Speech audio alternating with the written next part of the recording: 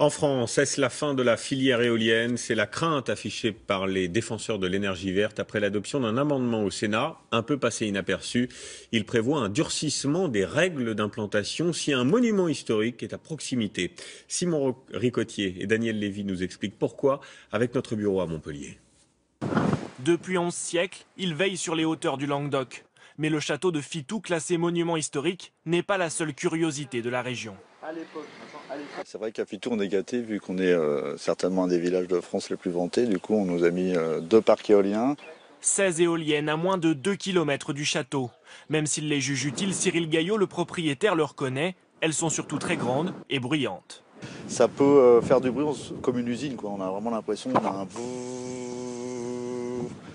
La France compte aujourd'hui 5700 éoliennes, dont certaines à quelques kilomètres de monuments historiques, comme ici près de la cathédrale de Coutances en Normandie.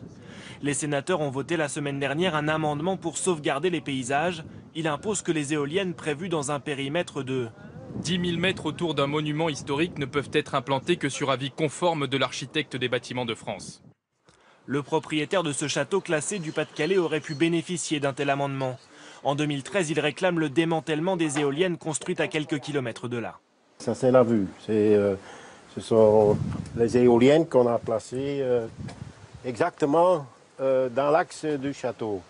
Devant le tribunal, Éric Valcan obtient gain de cause. Mais le gestionnaire du parc fait appel et 3 ans plus tard, les éoliennes tournent toujours.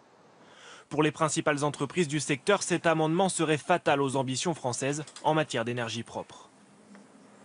Alors en marron, c'est tout ce qui est à moins de 10 km d'un monument historique, donc là ce qui serait interdit à l'éolien.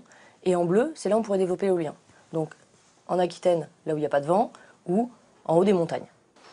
L'amendement voté par le Sénat doit encore recevoir l'aval de l'Assemblée nationale pour entrer en vigueur.